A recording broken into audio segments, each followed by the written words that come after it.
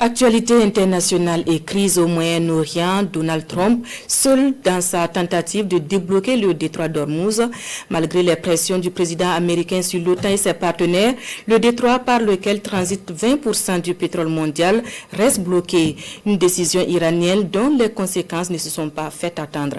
Sur cette actualité, le commentaire de Ali Zongrana. Row, row, row your boat gently down. Merrily, merrily, merrily, merrily.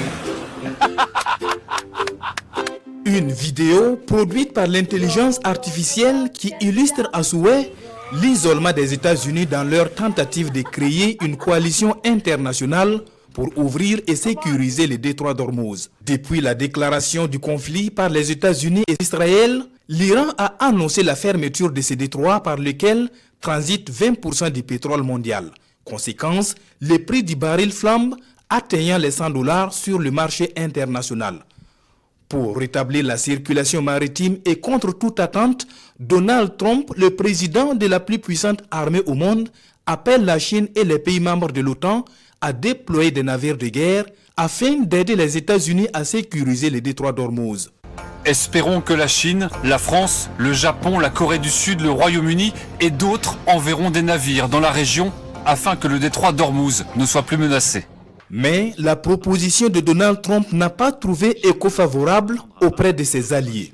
Dès lundi, l'Allemagne, l'Espagne, la Pologne, la Grèce et les Royaumes-Unis déclinent la proposition du président américain. Le Japon et l'Australie avaient clairement affiché leur refus dès le week-end. La France et l'Italie disent préférer la voie diplomatique pour la reprise du trafic dans cette zone maritime du Golfe. La réponse a été beaucoup plus claire de la part de la chef de la diplomatie européenne. Kaja Kallas a déclaré à l'issue de la réunion mensuelle des ministres européens des Affaires étrangères, je cite, « Ceci n'est pas notre guerre ».